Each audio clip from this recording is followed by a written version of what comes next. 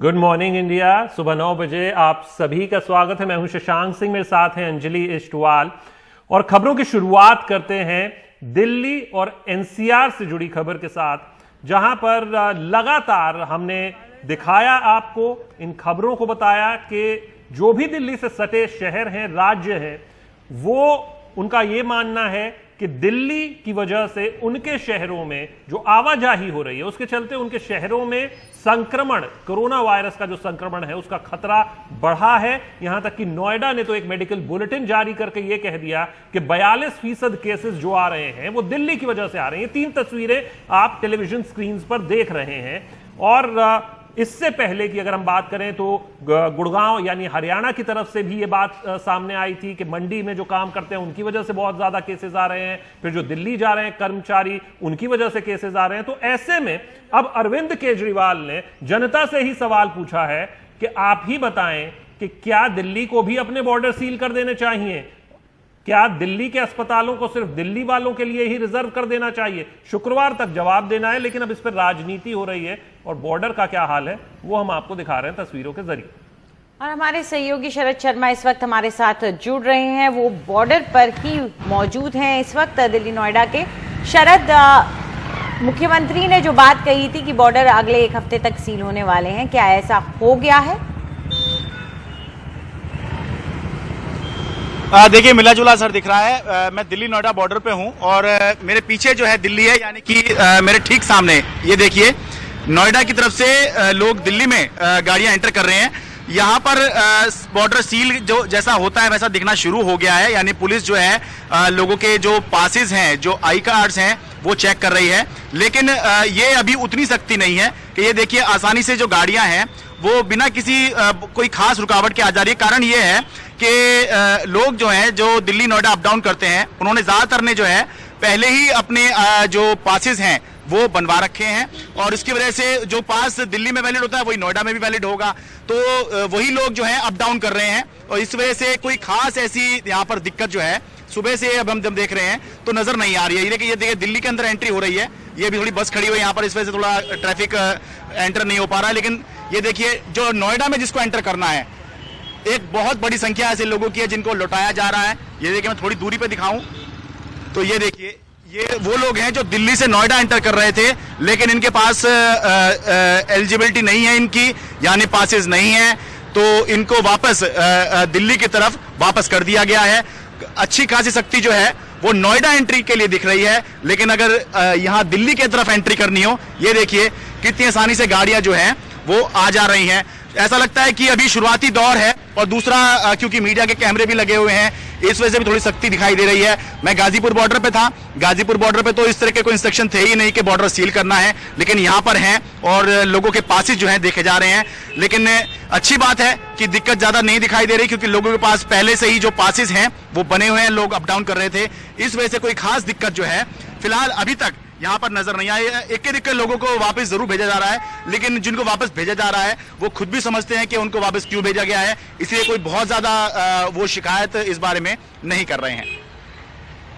जी, इस पूरी जानकारी के लिए शुक्रिया। तो ये नज़ारा दिल्ली नोएडा बॉर्डर का था जो हमारे सहयोगी दिखा रहे थे। सुबह 8 बजे में उन्होंने दिल्ली गाजियाबाद का भी दिखाया था, उन्होंने किस तरह का स्थिति वहां पर है। और अब आपको दिल्ली गुरुग्राम बॉर्डर भी दिखा देते हैं। दिल्ली को दोनों तरफ से घेरने वाले 2 राज्य हैं, उत्तर प्रदेश और हरियाणा में गुरुग्राम का बॉर्डर सबसे अहम हो जाता है। वहां पर स्थिति कैसी है ये बता रही है हमारी सहयोगी सुकीर्ति द्विवेदी।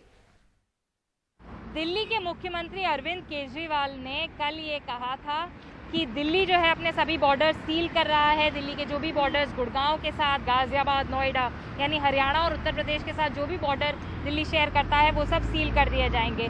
पर ज़मीनी हालात इस समय आज आप देख सकते हैं कि हम गुड़गांव वाली साइड खड़े हुए हैं बॉर्डर के, और सभी वाहन जो हैं उनको फ्रीली जाने दिया जा रहा है। 2 पुलिस वाले यहाँ पर मौजूद हैं जो कि कुछ रूटीन चेक्स कैरी आउट कर रहे हैं, पर फिलहाल वो रेस्ट्रिक्शंस अभी लागू नहीं हुए हैं जिस तरह की दिल्ली सरकार बात कर रही थी कि यदि आप एसेंशियल सर्विस प्रोवाइडर हैं, यानी कि डॉक्टर या बैंकर हैं, या फिर आपके पास गवर्नमेंट इशूड पास है, तभी आप जा सकते हैं।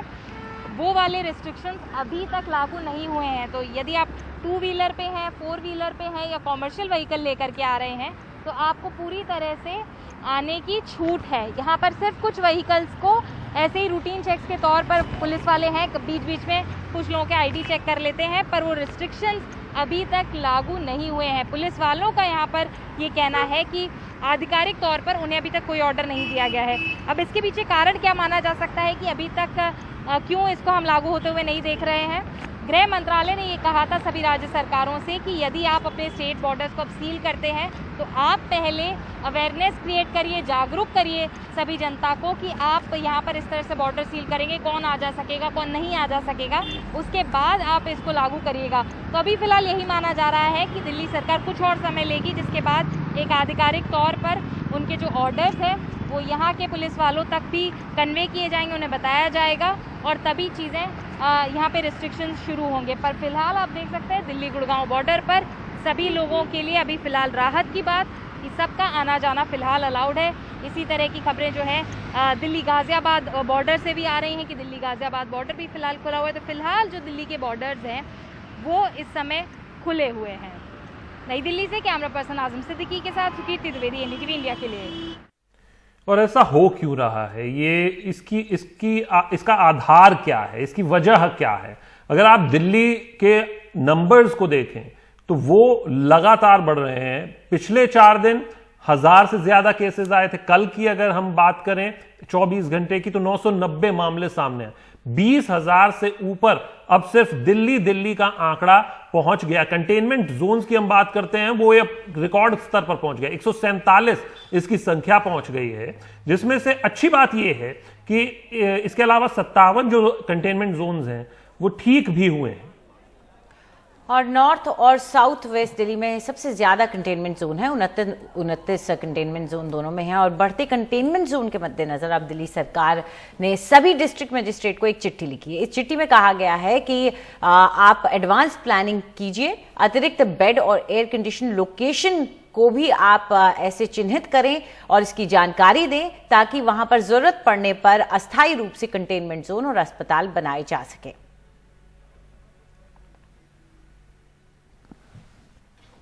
अगर खबर मुंबई से, मुंबई में कोरोना संक्रमित मरीज के शव को उसके परिजनों को बताए बिना ही अंतिम संस्कार कर देने का मामला अभी चल ही रहा था कि अब एक 67 साल के कोरोना मरीज के आईसीयू से लापता होने की शिकायत दर्ज हुई है। मुंबई के काला चौकी में रहने वाले 67 साल के बुजुर्ग को 14 मई की रात मुंबई के बड़े सरकारी अस्पताल केईएम में भर्ती कराया गया था। कोरोना की रिपोर्ट पॉजिटिव आने के बाद उन्हें अस्पताल के आईसीयू वार्ड में शिफ्ट किया गया, लेकिन 19 मई की रात से वो गायब हैं। 20 तारीख को सुबह 5 बजे कॉल आया था, मगर मैंने लिया नहीं। अच्छा। फिर 10:30 बजे के बाद वापस मैंने कॉल किया जब ऐसे बोले कि इधर पेशेंट दिखाई नहीं जा रहा है, किधर ट्रांसफर वगैरह कुछ किया क्या वगैरह। तो बोला मुझे मालूम नहीं है, उधर ही था ना, हम तो उधर छोड़ के आए, फोरन में आप लोग जी। फिर उसके बाद सब चेकिंग चालू हो गए। गया तो फिर 4-5 दिन ऐसा ही गया, सब ढूंढने में उधर ही ढूंढ रहे थे सब और भीड़ वगैरह सब। तो अभी तक कुछ पता नहीं अभी तक कुछ पता। 5 दिन बाद भोईवाड़ा पुलिस ने बुजुर्ग मरीज के लापता होने की शिकायत दर्ज की। बीजेपी नेता किरीट सोमैया ने बुजुर्ग के परिजनों की मांग पर बीएमसी आयुक्त को पत्र लिखकर इसे अमानवीय घटना बताते हुए लापरवाही का आरोप लगाया है। आज भोईवाड़ा पुलिस स्टेशन ने मुझे कहा कि उन्होंने केईएम की मुलाकात की, केईएम के पास से उन्होंने डिटेल्स रिपोर्ट मांगा है। डिप्टी कमिश्नर ऑफ पुलिस ने भी ये मान्य किया है कि परिवार को न्याय मिलना चाहिए। राव कहाँ है, क्या हुआ, उसकी जानकारी उनके परिवार को देने का हम पूरा प्रयास करेंगे। मुंबई में इसके पहले वडाला पुलिस थाने में भी कोरोना के मरीज के लापता होने की शिकायत दर्ज हो चुकी है। आरोप है कि परिवार को बताए बिना ही मरीज के शव का अंतिम संस्कार कर दिया गया। मरीज के लापता मामले में भोईवाड़ा पुलिस और केईएम अस्पताल दोनों ही अभी तक उसे खोज पाने में असफल रहे हैं। लेकिन बड़ा सवाल यह है कि 67 साल का बुजुर्ग मरीज आईसीयू वार्ड से कैसे अपने आप गायब हो सकता है। मुंबई से सुनील सिंह, एनडीटीवी इंडिया के लिए।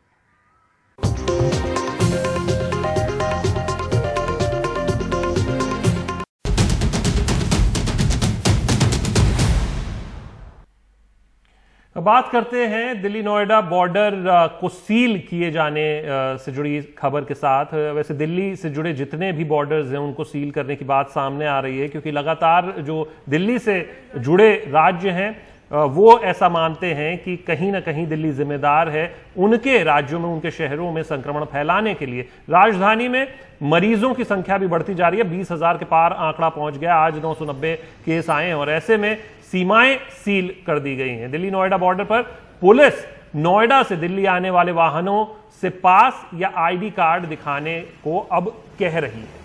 लेकिन फिलहाल कोई खास दिक्कत वाली बात वहां नजर नहीं आ रही, क्योंकि ज्यादातर लोगों के पास पहले से ही पास हैं, क्योंकि नोएडा और गाजियाबाद बॉर्डर की मांग करते आए हैं, वहां की पुलिस मांग करती आई है और यूपी की सख्ती का असर यही हो रहा है कि दिल्ली आने वालों के पास भी अब पास हैं और उन्हें अप डाउन करने में फिलहाल कोई खास दिक्कत नजर नहीं आ रही है। हमारे सहयोगी शरद शर्मा ने जायजा लिया है दिल्ली नोएडा बॉर्डर का। मैं दिल्ली नोएडा बॉर्डर पर हूं और यहां पर बॉर्डर सील दिखाई दे रहे हैं। सील का मतलब ये है कि चेकिंग हो रही है, जिन लोगों के पास पास है केवल वही जा सकते हैं दिल्ली के अंदर। ये देखिए, ये नोएडा की तरफ से आता हुआ ट्रैफिक है जो दिल्ली में घुस रहा है और ये देखिए पुलिस वाले यहाँ पे सबसे जो है पास देख रहे हैं और अपना आई कार्ड दिखाने को कह रहे हैं। और लेकिन अभी तक राहत की बात यह है कि अभी तक यहाँ पर किसी भी तरह की अव्यवस्था जो है वो फ़िलहाल नहीं नज़र आई है, क्योंकि जो ज़्यादातर लोग दिल्ली नोएडा अप डाउन कर रहे हैं उनके पास पहले से ही पास है, क्योंकि नोएडा ने तो अपना बॉर्डर पहले ही सील कर रखा था। तो इसकी वजह से ये देखिए बहुत ज़्यादा ये भी कहा जाए कि सख्ती नहीं है दिल्ली में एंट्री के लिए। ये देखिए किस तरह से वाहन जो हैं वो दिल्ली के अंदर एंटर हो रहे हैं। कुछ वाहनों को लौटाया भी जा रहा है, लेकिन ज़्यादातर वाहन जो हैं या ज़्यादातर लोग जो हैं वो दिल्ली में आसानी से एंटर कर पा रहे हैं। कारण यही है कि पास ज़्यादातर लोगों के पास है, क्योंकि वो पहले से ही दिल्ली नोएडा अप डाउन करते हैं तो पास उनको चाहिए। लेकिन ये देखिएगा, ये तो दिल्ली का नज़ारा है जो दिल्ली में एंट्री हो रही है काफ़ी आसानी से, बॉर्डर सील होने के बावजूद भी काफ़ी आसानी से ये देखिए एंट्री हो रही है। लेकिन वहीं यहाँ देखिए नोएडा में एंट्री के लिए ये स्थिति है। ये पुलिस वालों ने सबको रोका हुआ है और जो इनको वो ये पा रहे हैं कि इनके पास नहीं है या फिर ये जाने के लिए एलिजिबल नहीं है, जाने के पात्र नहीं है नोएडा के अंदर, सबको लौटाया जा रहा है। यहाँ से करके लोग वापस जो है ऐसे निकल जा रहे हैं। यहाँ पर भी देखिए नोएडा के अंदर घुसने के लिए ज़्यादा सख्ती नज़र आ रही है, लेकिन दिल्ली के लिए अभी वैसी सख्ती नज़र नहीं आ रही है। इसीलिए दिल्ली में एंट्री के लिए फ़िलहाल कोई अव्यवस्था वाली स्थिति या फिर लोगों को खास परेशानी वाली स्थिति दिखाई नहीं दे रही है। दिल्ली नोएडा बॉर्डर से मैं शरद शर्मा, एनडीटीवी इंडिया।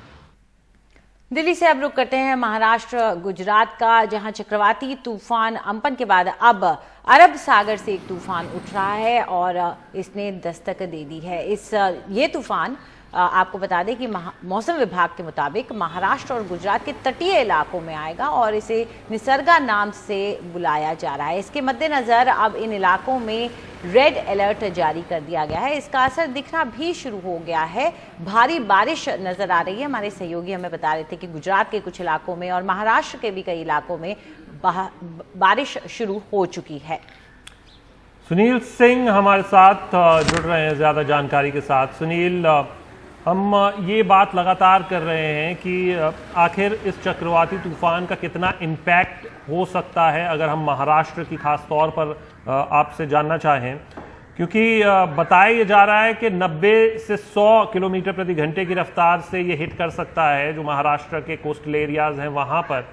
तो अभी क्या उसका असर दिखना शुरू हो गया है, तेज बारिश होनी शुरू हो गई है और साथ ही एक और चेतावनी है कि 3 दिन तक लगातार बारिश होगी। तो ऐसे हालात में महाराष्ट्र कैसे निपटेगा?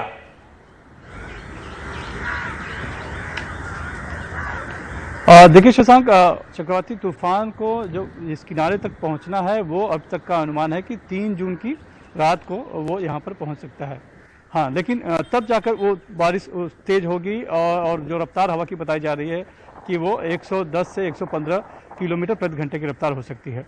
अभी लेकिन चूंकि तूफान दूर है, यहाँ तक पहुँचा नहीं है, लेकिन उसका असर जरूर हम कह सकते हैं कि इस मुंबई में महाराष्ट्र के जो समुद्र किनारे है वहाँ पर दिखाई पड़ना शुरू हो रहा है। कुछ जगहों से बारिश की आने की खबरें भी आ रही हैं। मुंबई में हालांकि अभी सिर्फ बादल छाए हुए हैं, कुछ देर पहले तो सूरज भी नहीं दिखाई पड़ता, हल्की सी अब थोड़ी सी धूप दिखाई, लेकिन हाँ रह के बूंदें जरूर एक का दुक्का यहाँ पर गिर रही हैं, तो साफ तौर पर उसका असर दिखना शुरू हो गया है। लेकिन जो असली जो इम्तहान है वो होगा 3 जून की रात में, जबकि चक्रवाती तूफान यहाँ से गुजरेगा, यहाँ पर पहुँचने के नज़दीक होगा। उस दौरान तेज बारिश होगी और हवा भी तेज चलेगी, तब क्या होगा स्थिति, उसी के लिए एहतियातन लगातार मीटिंगें हो रही हैं। प्रशासन सजग हो गया है, जो आपदा प्रबंधन है वो एक्टिव हो गया है। एनडीआरएफ की 8 टीमें महाराष्ट्र में अलग अलग जगहों पर लगाई दी गई है। कच्चे मकानों में जो रहने वाले हैं उनको वहाँ से निकाल कर जो पक्के मकान हैं या फिर जो स्कूल हैं उसमें शिफ्ट करने की कोशिश की जा रही है। लोगों को चेतावनी दी जा रही है कि घरों में रहें और सुरक्षित रहें। लेकिन मुंबई की जो हालत है वो बहुत मुश्किल है, विकट हो सकती है, क्योंकि मुंबई में थोड़ी भी बारिश होती है तो मुंबई की सड़कों, गलियों और निचले मकानों में पानी भर जाता है। और आप अनुमान लगाइए कि इस बार मानसून के पहले जो नाले सफाई होती है वो हो नहीं पाई है। तो अगर तेज बारिश होती है और हवा की रफ्तार चलती है तो मुंबई की स्थिति जरूर विकट हो सकती है और लोगों के लिए कोरोना के बीच में एक दूसरी नई परेशानी खड़ी हो सकती है। जी बिल्कुल, स्थिति इस वक्त जो है वो हमारे सहयोगी बता रहे हैं, लेकिन वहाँ एनडीआरएफ भी तैनात है और सरकार भी पूरी तैयारी के साथ मौजूद है। तो जब ये लैंडफॉल होगा इसके ताज़ा अपडेट्स हम आपको देते रहेंगे। बिल्कुल, और एनडीआरएफ की आपको ये बता दें कि 23 कुल टीमें हैं जो इसके लिए तैनात की गई हैं, जिसमें से 11 गुजरात के लिए, 10 महाराष्ट्र के लिए, एक दमन एंड दीव और दादरा नगर हवेली के लिए तैनात की गई है। एक टीम में 45 कुल लोग होते हैं।